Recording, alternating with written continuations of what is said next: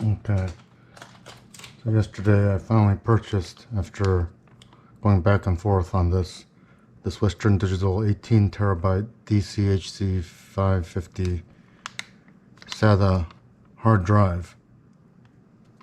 As you can see, manufactured June 4, 2021, and this is an 18 terabyte edition of their energy assisted magnetic recording technology hard drives with the 6th generation of their HelioSeal technique. I have the 2 of these 10 terabyte drives, as you can see right here, and they've been doing very well for me, but this is the one I wanted to replace because I'm less than a terabyte left on it. And I think maybe I'm going to have to think what I should do with this one, and or just put it into archive as a kind of a backup. As you can see, I've got 360 gigs of archived YouTube drives. I've got some miscellaneous files from my main drive backed up onto here using my my think folder method of backing up. As you can see, I just copy from one to the next instead of synchronizing them. These are some old DVD rips I have, about 475 gigs of that. I think I have about 80 something gigs of music, 80 gigs of music. I got some home videos of like stuff like basketball, high school basketball games, 327 gigs of that. I think I have about 600 gigs of pictures, photos I've taken over 20 years. I've been shooting digital pictures for about 20 years, a little bit more than 20 years. I think my first digital camera, 1999 Olympus. Here's some raw home videos. I have almost a terabyte of that. Some comic books. By comic books, I mean things like editions of 1984, old eerie comic books like oh, it's up there actually. Let me bring it down here. Like these. That I bought as a CD initially, and then realized I could download most of them for free on from archive before they locked it up. So these are very nice vintage comic books and pulp fiction, basically. And so if I have 8 gigs of this stuff, so if I stored this away somewhere, like in a safe, it'll give me peace of mind and backup. Now these are, yeah, raw home movies. Yeah, raw home movies. These are projects I'm working on that I have not decided to finish. I have almost 5 terabytes of that, one of my largest files. And believe it or not, I even have like over 2 gigabytes of just Word files, just mostly just plain text stuff. So this 18 gigs will come out to almost a little bit over 18 terabytes will come out to a little bit over 16 terabytes. So it should give me 6 terabytes remaining to use up over the coming years, at least a couple of years. I'm hoping it'll last me at least 5 years. Although digital files, photos, videos are getting larger because of resolution increase. But I think that's mostly stabilized. I don't know that the files will hopefully get much larger. Here are some other, yeah, these are my finished home videos. So going way back, I've got these home videos, 2001 and before. And so, and what I found is that these HelioSeal 7200 speed disks are adequate for me to access the files quickly enough that I don't notice that much of a delay. There may be like a 1 second delay, as you can see. As you saw, like when I cracked open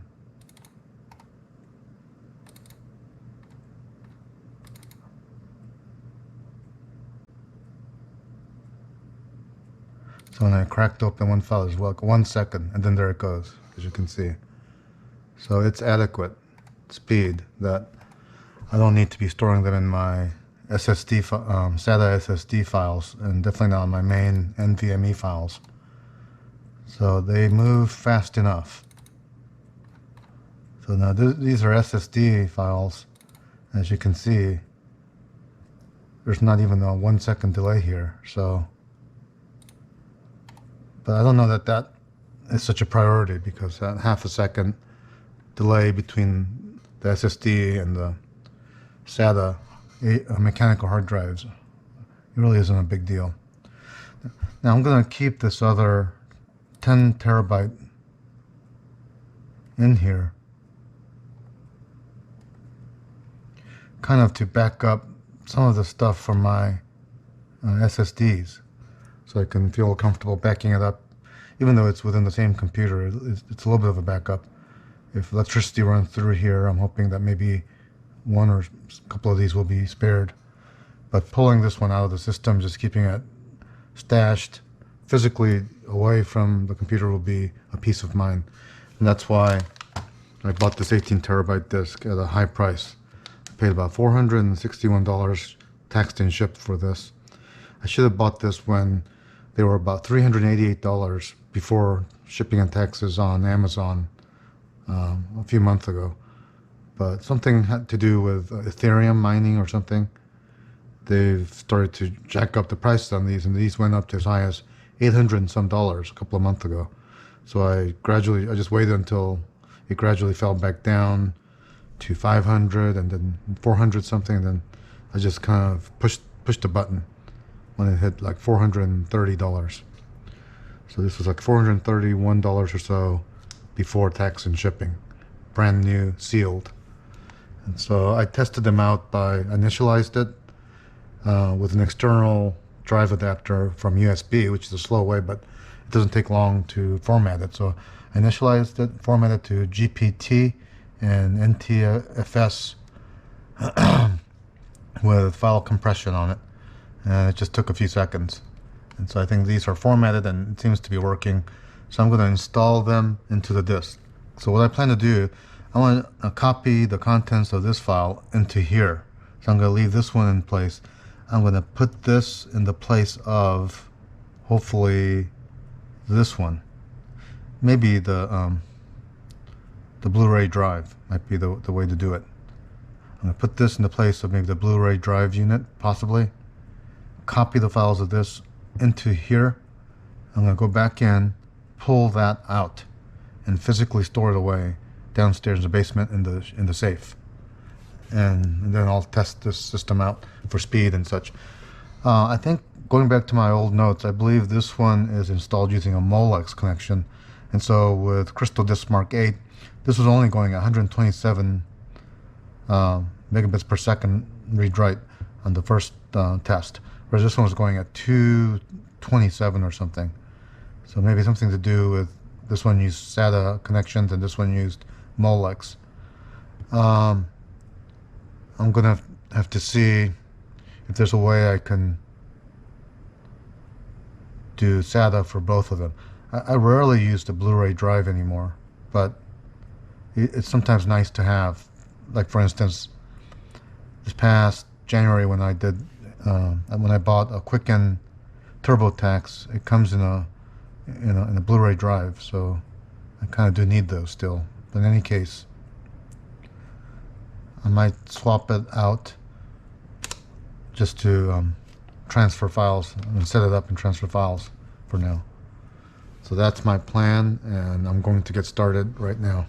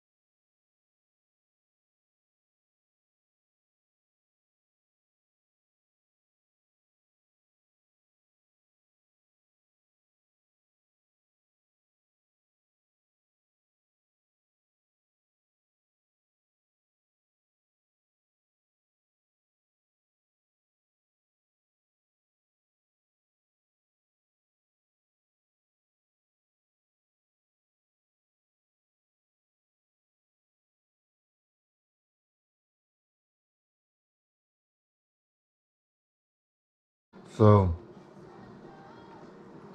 I have filled almost, there's just 600 gigabytes left on my 10 terabyte Ultrastar HelioSeal energy assisted magnetic recording hard drive.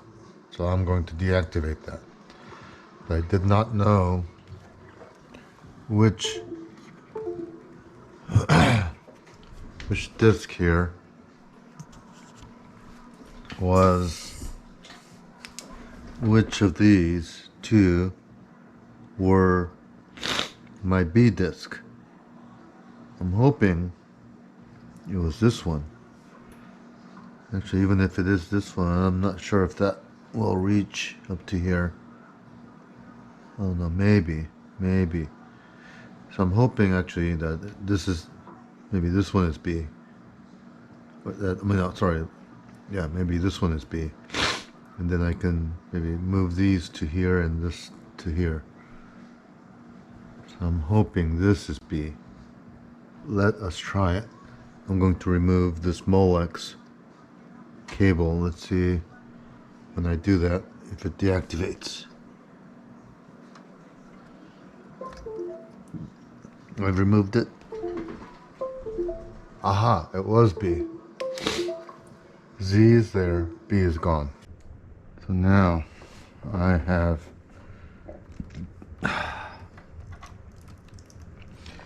this is B. So this is the disk, and to remove and put into deep storage.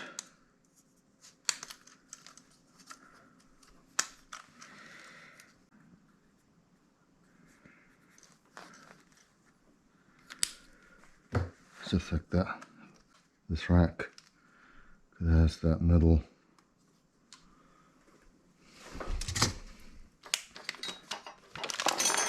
So this, we'll put the sensitive part down.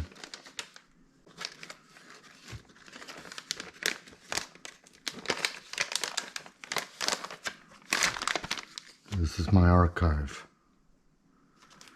which was B's.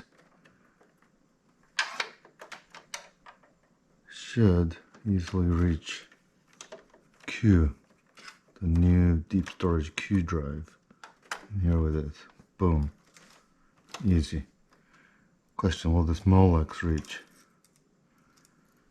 I was hoping it would, so that I don't have to do any extra reconnecting, disconnecting, all that. If I can just move it, take up this spot right here, should be able to.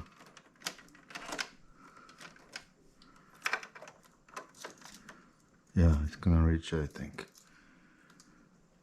So we're in good shape. Direct Q for B switch out has occurred without that much drama. So this is Z.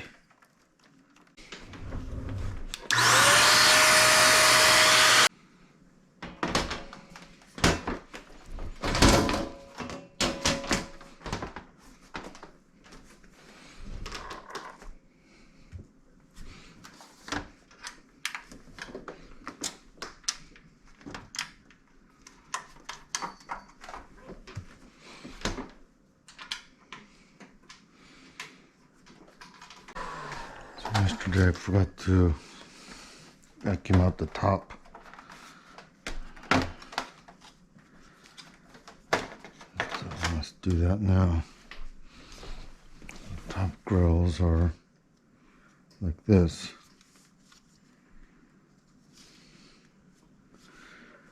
Not quite removable as easily. Okay, that's good enough. It's been a little bit more clearance than before. That's good enough. So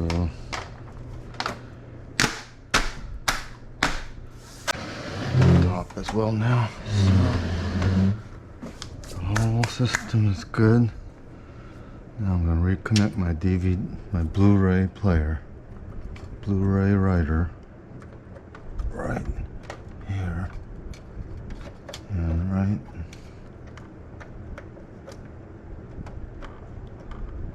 here. So it should be connected.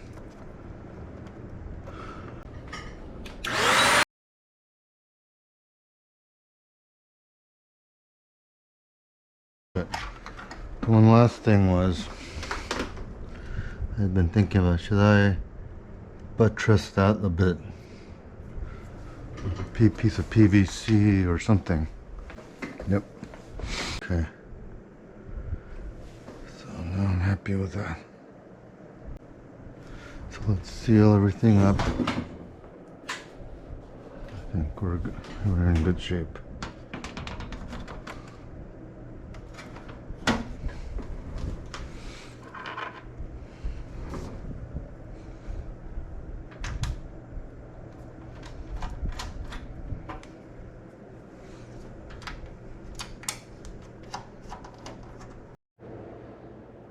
Okay, so I've put it all back together, plugged in everything I think needs to be plugged in. I'm going to push the button. Let's see how it starts up. Let's see if the hard drives are recognized in their correct places. 38%, that's good.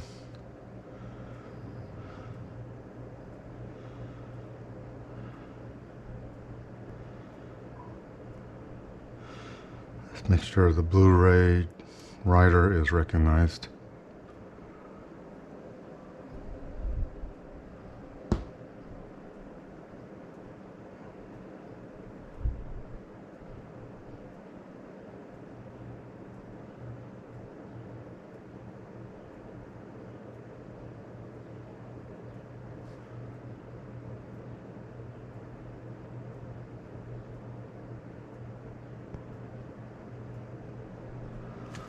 There goes my 5 monitors.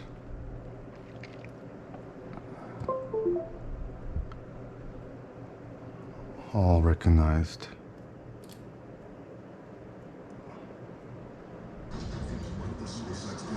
There goes my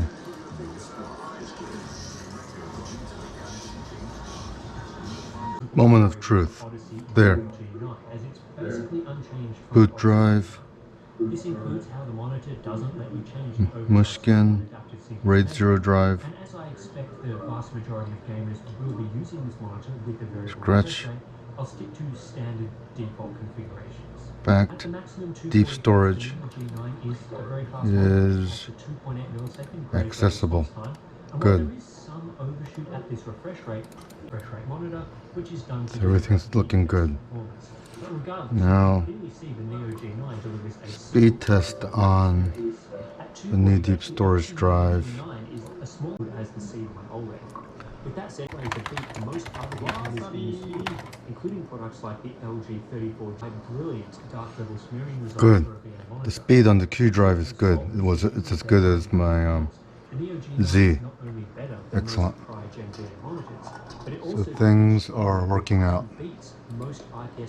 So we have completed our project, and this will go into my safe downstairs.